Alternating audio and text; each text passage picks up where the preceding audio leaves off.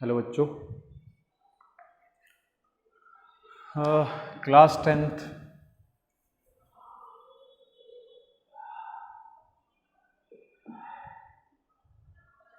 Linear equation in two variables exercise 3.2।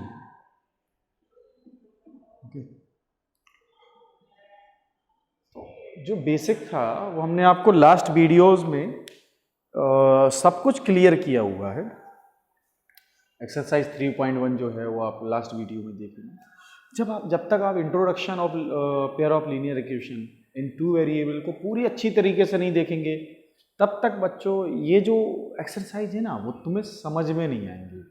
आप लोगों को ध्यान देना होगा इस बात पे, बहुत कायदे से इसको समझो, देखो, ठीक है। और आगे देखते हैं हम एक्सरसाइज में क्या है। From the pair of linear equation in the following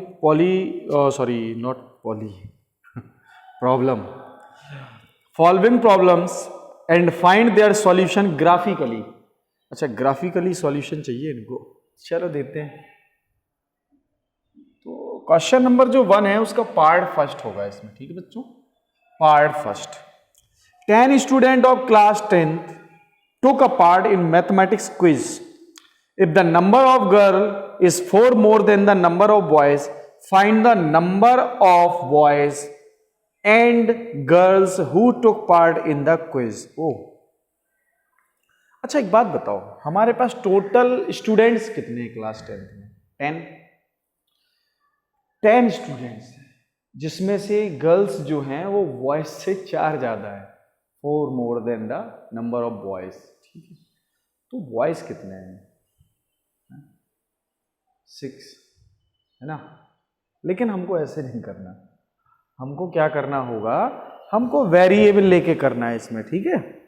in the number of girls is 4 more than the number of boys। तो देख लेते हैं हम लोग, let x and y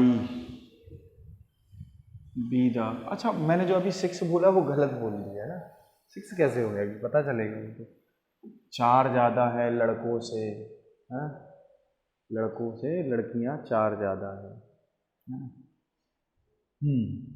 x and y be the number of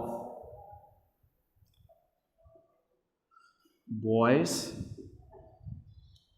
and girls of class 10th class की जो girls और boys के जो नंबर हैं वो एक्स एंड वाई है। अच्छा, total number of girls and boys what? 10 है ना, 10 होगा। और जो गर्ल्स हैं, गर्ल्स जो हैं, ये तो हमारा फर्स्ट इक्वेशन हो गया। अच्छा एक बात और देखो, हमको क्या करना है, ग्राफिकली इनका सॉल्यूशन निकालना है, ठीक है।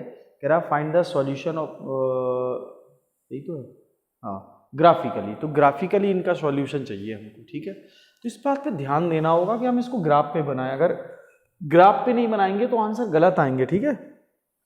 तो हम ग्राफिकली करने के लिए सबसे पहले y की वैल्यू तो फाइंड करते ही है, तो इसको एक काम करते हैं, सीधा y के टर्म में ही लिख लेते हैं। ये हो गया सेकंड, ठीक है। चाहो तो इसको फर्स्ट लिख लो और ये हमारा सेकंड जो कंडीशन थी, सेकंड कंडीशन, वो कंडीशन क्या दी है उन्होंने, ये जो सेकंड कंडीशन है उन्होंने कहा कि y जो है यानी कि गर्ल्स जो हैं वो बॉयज से मोर है, more than 4, the number of girls is more than 4, मतलब 4 ज्यादा है, 4 ज्यादा है। तो अब समझना मेरी बात को कि ये हमारे पास 2 इक्वेशन आ गए। अब इनको हम ग्राफिकली रिप्रेजेंट करने वाले हैं, ग्राफिकली रिप्रेजेंट, ठीक है। अच्छा एक बात बताओ, अगर मैं इन दोनों को ऐड कर दूं तो x से x कट जाएगा, 14, x इक्वल y इक्वल 7 आ जाएगा। y इक्वल क्या आएगा बच्चों? 7 आ जाएगा। अच्छा y अगर 7 रख दूं मैं, y अगर 7 रख दूं तो x कितना मिलेगा? 11 हो जाएगा, हैं? नहीं, y 7 रख दूं तो 3 हो जाएगा, तो x कितना हो जाएगा? 3, हाँ ठीक है। अब क्या करें, ये तो हमें आंसर मालूम चल गए ना हमें, लेकिन ऐसे सॉल्व नहीं करना है, हमको कहा गया है ग्राफिकली सॉल्व करो, तो ग्राफिकली ही करेंगे, है ना। थोड़ा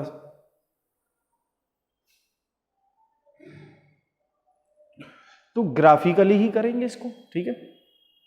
तो ग्राफिकली करने के लिए सबसे पहले हमें क्या करना पड़ता है, कोऑर्डिनेट फाइंड करने पड़ते हैं बच्चों। तो सबसे पहले हम क्या करेंगे, उस लाइन के कोऑर्डिनेट फाइंड करेंगे जिसकी हमें ग्राफ ड्रॉ करनी है। तो यहां तो 2 लाइंस हैं। अच्छा एक बात और सुनो, आप जब भी लाइन ड्रॉ करना हो तो आप 2 पॉइंट्स लिया करो या मैक्सिमम 3 बस, ठीक है। मिनिमम 2 और मैक्सिमम 3, इससे कम या ज़्यादा नहीं, ठीक है। ज़्यादा हमें इसमें बहुत ज़्यादा वर्क नहीं करना है। तो हम क्या करेंगे बच्चों, जो इक्वेशन फर्स्ट होगी, इस फर्स्ट के लिए हम लोग ग्राफ ड्रॉ कर रहे हैं, ठीक है। तो फर्स्ट के लिए हम क्या करेंगे, x की वैल्यू सपोज कीजिए मैंने 3 रख दी, तो क्या मिलेगा 7, 5 रख दूं तो 5 मिल जाएगी, है ना। 5 रख दूं तो 5 मिल जाएगी। चलो ठीक है। इसके बाद जो सेकंड इक्वेशन के लिए है, उसके लिए मैंने एक टेबल ड्रॉ की और मैं क्या कर रहा हूं, x और y के कोऑर्डिनेट निकालूंगा। अच्छा इसमें कोऑर्डिनेट क्या होगा बेटा, 3,7 एंड 5,5। अच्छा एक काम करते हैं, 3 यहां भी रख के देखते हैं, ठीक है, कॉमन मिल जाएगा, क्यों, आंसर ही आ रहा है ना। अच्छा सेकंड में अगर मैं x3 लेता हूं तो y कितना मिलेगा, 7 मिलेगा, ठीक है। और एक कोऑर्डिनेट और ले लेंगे एक्स्ट्रा, ताकि आपको ये ना लगे कि लो आपने हमारा वो आंसर जो हमें जो रखना था वो नहीं रखने दिया। अच्छा एक हम 0 ले लेते हैं। अच्छा अगर हम पहले ही 0 ले लेते तो हमें क्या मिलता, 4 मिल जाता। फिर ले लेते 3 तो क्या मिला, 7। अच्छा अगर हम x की वैल्यू 4 ले लें तो हमें 8 मिल जाएगा, है ना। तो कोऑर्डिनेट क्या हो गए, 0,4, 3,7, 4। तो 0,4, 3,7, 4,8 तो कोऑर्डिनेट हो गए ना हमारे इस लाइन के, अब क्या करें बच्चों, अब हम लोग ग्राफ ड्रॉ करने हैं, ठीक है।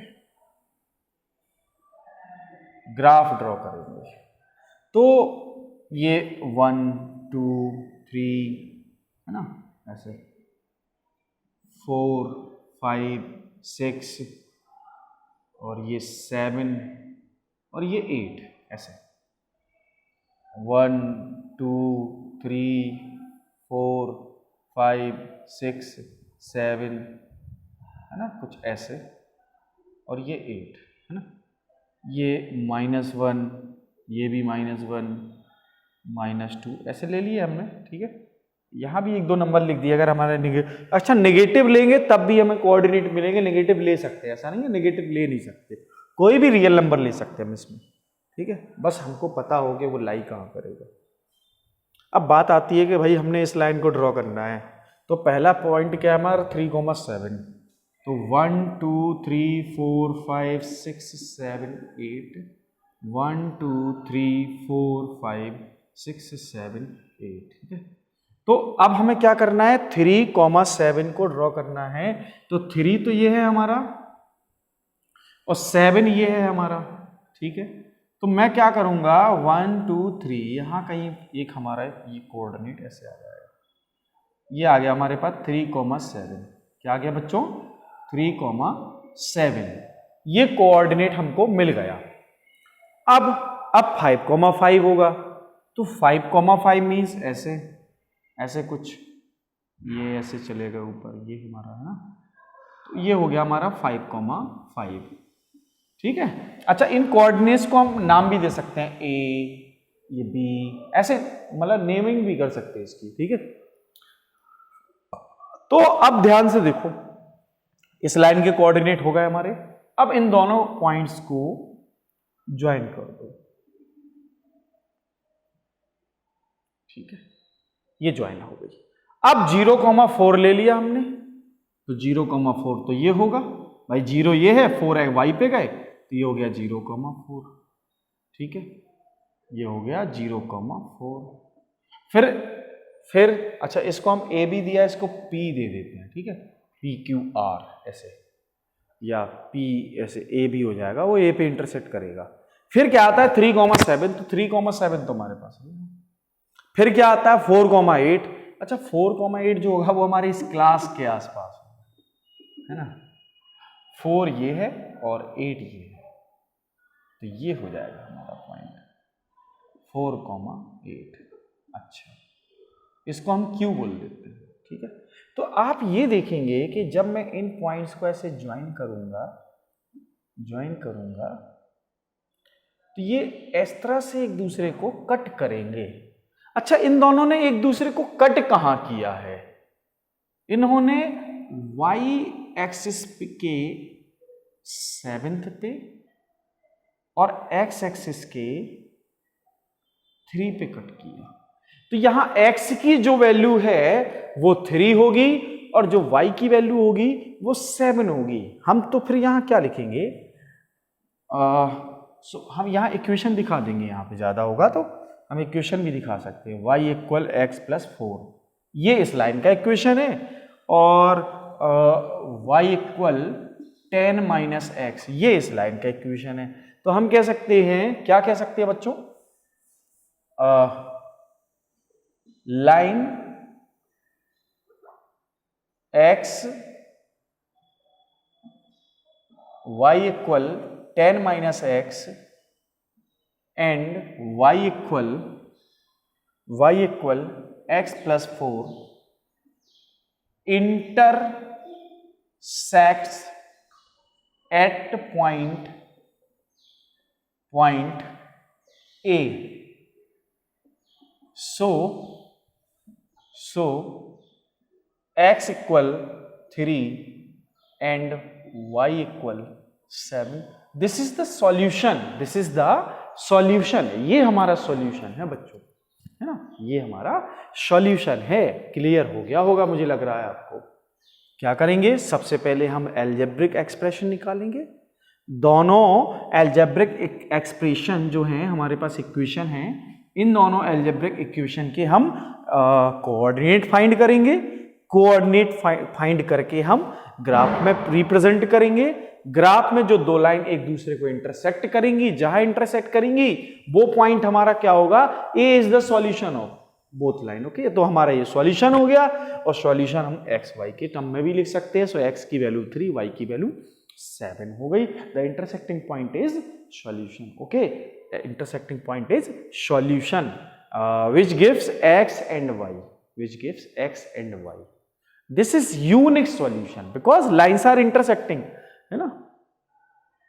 मैंने आपको पहले बता चुका हूं मैं आपको कि जब लाइंस इंटरसेक्टिंग होती हैं तो सॉल्यूशन कैसे होता है बेटा, यूनिक होता है, सिंगल सॉल्यूशन होता है ना, यूनिक होता है। अच्छा, कई बच्चों के दिमाग में आता है यूनिक, अरे यूनिक क्या?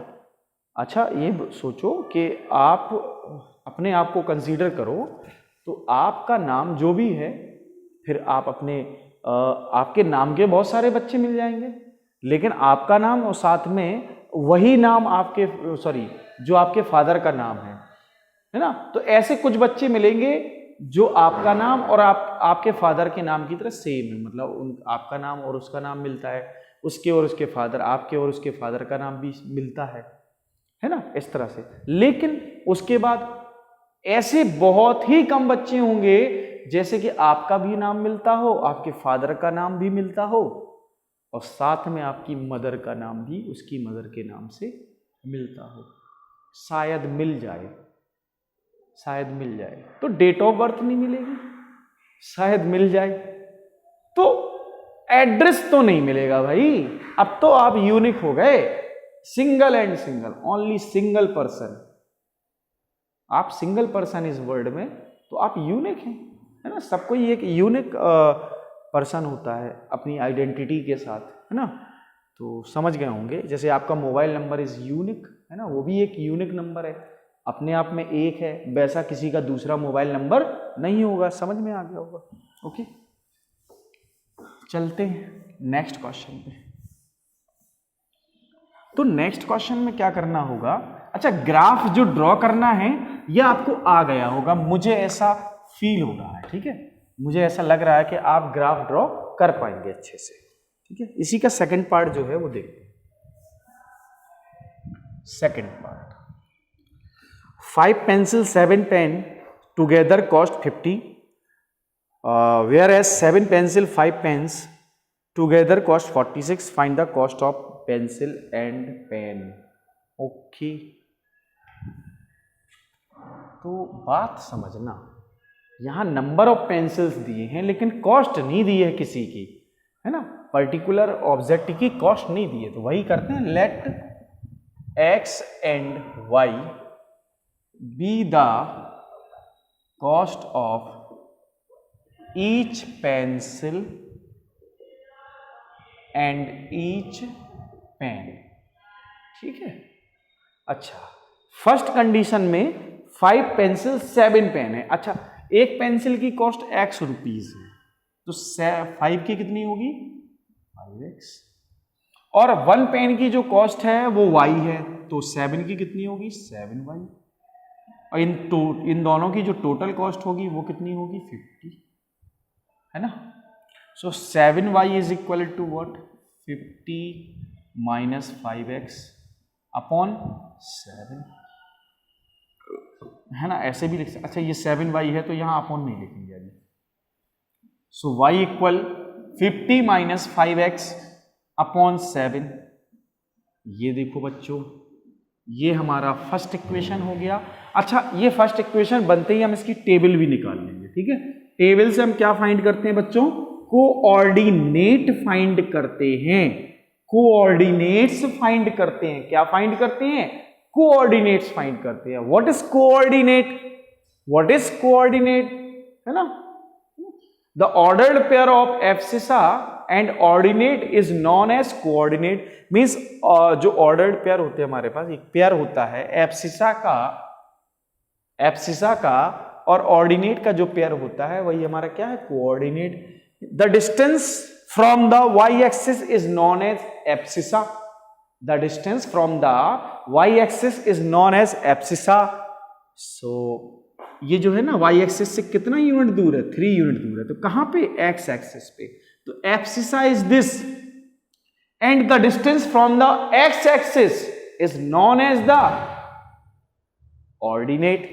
सो एक्स एक्सिस से हम कितना ऊपर गए 7, तो ये दिस इज कॉल्ड ऑर्डिनेट, है ना। When we take together abscissa and ordinate then they are called what, coordinate, this is called coordinate. Okay, तो इस टर्म से बार बार घबराना नहीं है कि क्या होता है कोऑर्डिनेट, है ना। तो यहां हमने x और y की वैल्यू जो है निकालनी है। अच्छा बच्चों, एक बात देखो, हमारी बात को समझना कि मैं ऐसी क्या वैल्यू रखूं कि 7 से डिवाइड हो जाए। भाई देखो, पॉइंट में भी हम नंबर ले सकते हैं, ऐसा नहीं है नहीं ले सकते, ले सकते हैं भाई, कोई बड़ी बात नहीं है, लेकिन कोशिश भर क्या करना है कि यार सिंपल नंबर ले, ज्यादा सही रहेगा। तो ऐसा क्या रखूं, अगर मैं 3 रख दूं, यहां पे क्या रख दूं 3, तो 15 हो जाएगा। और 15 होने से 50 माइनस 15 क्या होता है, बोलो, 50 माइनस 15 क्या होता है 35, और 35 को जब 7 से डिवाइड करूंगा तो क्या मिलेगा 5। लो, 3 रखने से हमें 5 मिल गया। ठीक है, अगला देख लेते हैं। ठीक है, अब क्या करते हैं, अगर मैं यहां पे 10 रख दूं x की वैल्यू, तो 50 माइनस 50 वॉट 0, है ना। और अगर मैं 0 मिल जाता है, 50 माइनस 50 0 अपॉन 7 देन 0। ठीक है, अब आ रहा होगा समझ में, तो आ रहा होगा। अच्छा, 2 कोऑर्डिनेट बहुत है, ज्यादा नहीं चक्कर में पड़ो, क्योंकि आप कुछ समझ नहीं पाएंगे। 3,5 एंड 10,0। ओके, 10,0, ये हमारे पास 2 कोऑर्डिनेट इसके आ गए। अब क्या करें, सेकंड कंडीशन क्या थी बच्चों, ये तो केस फर्स्ट हो गया हमारा, केस फर्स्ट हो गया। अच्छा, केस सेकंड क्या है, केस सेकंड में क्या है, लाइन सेकंड जो है ना वो कैसे आएगी, वो कह रहा है कि अगर हमारे पास 7 पेंसिल और 5 पेन होते तो कोई बड़ी बात नहीं, 7x plus 5y equal to 46। So 5y is equal to what बच्चों, 46 minus 7x। So y equal to 46 minus 7x upon 5। ये हमारे पास ऐसा नंबर आ गया। ठीक है, ऐसा नंबर आ गया। कोई बड़ी बात है नहीं है ना, टफ नहीं है। ठीक है, अच्छा अब हम क्या करें, अब इसके लिए भी हम लोग क्या करते हैं, एक टेबल ड्रॉ करते हैं। उस टेबल से हम क्या निकालेंगे बच्चों, कोऑर्डिनेट निकालेंगे। अच्छा एक बात बताओ हमको कि मैं अगर यहाँ पे x की वैल्यू 3 रख दूं, 3, 7 3 21, और जब इससे 21 सब्ट्रैक्ट होगा तो कितना आएगा 25, और 25 को 5 से डिवाइड करूंगा तो 5 मिल जाएगा, कॉमन कोऑर्डिनेट मिल गया 3,5। यस और नो, 3,5 मिल गया। This is the answer. The common coordinate of both lines is called answer, this called solution. अगर ये मिल जाए तो आपको पता चल गया आंसर ये है। ठीक है, ये आंसर है। इसके बाद क्या रखूं इसके बाद, अच्छा देखो मैं किया क्या, मैंने यार सोचा कि इस 46 से अगर मैं 1 सब्ट्रैक्ट कर दूं, 1 सब्ट्रैक्ट कर दूं तो मैं उसको 5 से डिवाइड कर पाऊंगा। तो यार 1 लाने के लिए इसमें क्या कर सकते थे हम, 1 लाने के लिए या तो 1/7 रखते तो तुम लोग घबरा जाते, कहते सर नंबर लाइन में 1/7 मैं कहाँ ढूंढूं, है ना। तो मैंने 1 से रिलेटेड नंबर रख दिया जिसमें यूनिट प्लेस पे 1 आता हो। 11 रखने की कोशिश की, नहीं हुआ। 21 रखा, हो गया। अब मैं क्या करूं, सोचो ध्यान से। अगर मैं ऐसा कोई नंबर ढूंढ लूं जिसमें 6 आता हो यूनिट प्लेस पे और उससे सब्ट्रैक्ट कर दूं तो हमें कुछ मिल जाएगा। तो ऐसा बताओ 7 की टेबल में 6 कब आता है यूनिट प्लेस? 7 8 जा 56 है। तो अगर मैं यहां 8 रख दूं x की वैल्यू तो यहां हो जाएगा -10, है ना। 46 माइनस, एक मिनट,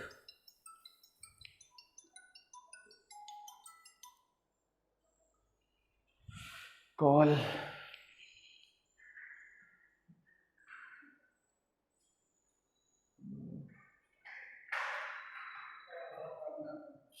आ जाती है।